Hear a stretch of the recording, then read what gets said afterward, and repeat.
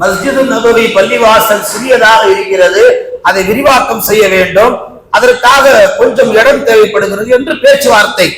பக்கத்தில் அருகாமையில் அப்பாஸ் ரலியல்லாஹுடைய இடம் இருந்தது. அப்பாஸ் ரலியல்லாஹு அவர்களிடத்தில் இந்த செய்தி போகவில்லை.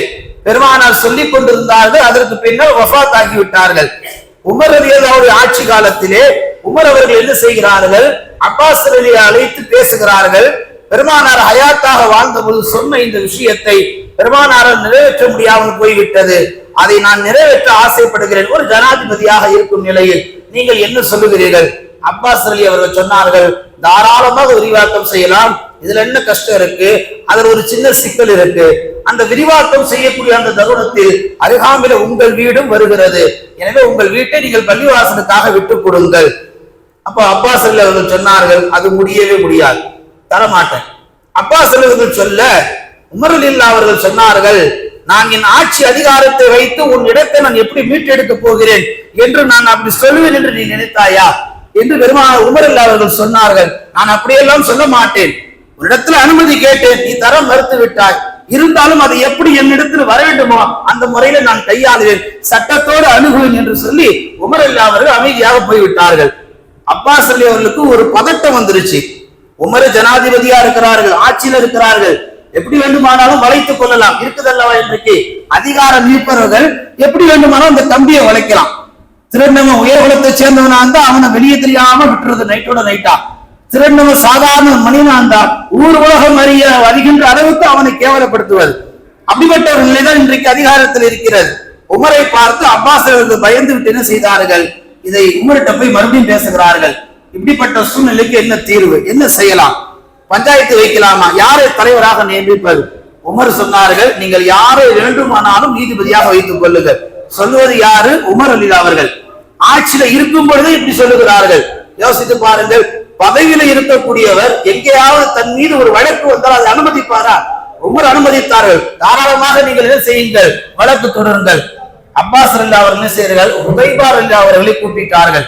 கூப்பிட்டு சொன்னார்கள், இது போன்ற உமர் வந்து என்னிடத்தில் சொல்ல நான் என்ன செய்வது, ஒரு பதட்டத்தில் இருக்கிறேன், எனக்கு என் வீடு தேவை, இருந்தாலும் உமர் என்னிடத்துல கேட்கிறார், அவர் போகும்போது சொல்லிவிட்டு போனா நான் சட்டத்தின் முறையின் பிரகாரம் அணுகிக் கொள்வேன் என்று, எனக்கு என் வீடு வேணும், அவ்வளவுதான்.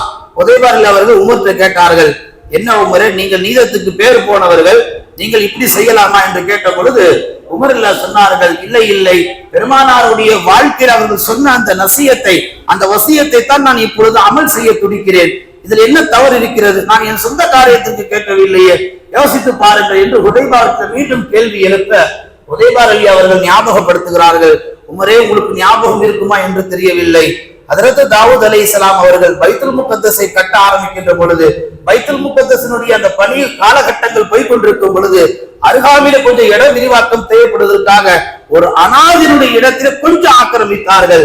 ஆக்கிரமித்து அடுத்த நொடி அல்லாஹ் தஆலா என்ன செய்தான், தாவூத் அலைஹிஸ்ஸலாமுக்கு எச்சரிக்கை விடுத்தான், தாவூதே, ஒரு அனாதையினுடைய இடத்தை அபகரித்து அல்லாஹ்வாகி எனக்கு நீ வணங்குவதற்கு அப்படிப்பட்ட இடத்தை நீ ஒன்றும் தயார் செய்ய தேவையில்லை என்று அல்லாஹ் எனக்கு எச்சரிக்கை விடுத்த விதமாக அந்த இடத்தை தாவூத் நபி உடனடியாக அந்த அனாதைக்கு கொடுத்து விட்டார்கள். இந்த வரலாறு உங்களுக்கு தெரியாதா? அல்லாஹ்வை வணங்குவதற்காகத்தான், பள்ளியை விரிவாக்கம் செய்வதற்காகத்தான் நீங்கள் சொல்லுகிறீர்கள், ஆனால் ஒரு அனாதையுடைய இடத்தை அபகரித்தோ அல்லது அனுமதி இல்லாமல் அவரிடத்தில் வறண்டு பிடிவாதமாக அந்த இடத்தை அபகரித்தோ பள்ளியை விரிவாக்குவதில் அல்லாஹ்வுக்கு எந்த மகிழ்ச்சியும் கிடையாது. இந்த சம்பவம் போய்கொண்டிருக்கும் பொழுது அப்பாஸ் அவர்கள் என்ன சொன்னார்கள், பரவாயில்லை, இவ்வளவு தூரம் போய்விட்டது, நான் என் இடத்தை எந்த ஒரு பகரமும் இல்லாமல் நான் அப்படியே மஸ்ஜித் நபவிக்காக கொடுத்து விடுகிறேன் என்று சொல்லி ஒரு நயா சல்லி பைசா கூட வாங்காம அப்பாஸ் ரலியல்லாஹு அவர்கள் இன்றைக்கு மஸ்ஜித் நபவி எப்படி அழகாக திகழ்கிறதோ அன்றைக்கு அவர்கள் அருகாமையில் இருந்த அந்த வீட்டை அல்லாஹ்வுக்காக கொடுத்தார்கள். இது ஒரு அழகான பஞ்சாயத்து. இந்த பஞ்சாயத்துல தலைவராக வந்தவர்கள் ஹஜ்ரத் ஹுதைபா ரலியல்லாஹு தஆலா அவர்கள்.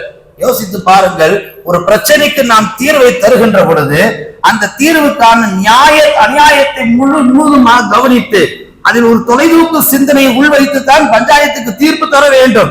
எடுத்தோம் கவுத்தோம், பாதிக்கப்பட்டவன் அவன் முகத்தை பார்த்து அநியாயம் செய்யப்பட்டவனுடைய அந்த இழப்பை பார்த்து நாம் தீர்ப்பை மாற்றி சொல்லிவிட்டால் அல்லாஹ்விடத்திலே நாம் பதில் சொல்ல வேண்டியது இருக்கிறது. ஸல்லல்லாஹு அலைஹி வஸல்லம் அவர்கள் இதைத்தான் நமக்கு எச்சரித்தார்கள். யாராவது உங்ககிட்ட வந்து பதவி வேணும்னு கேட்டா தயவு செய்து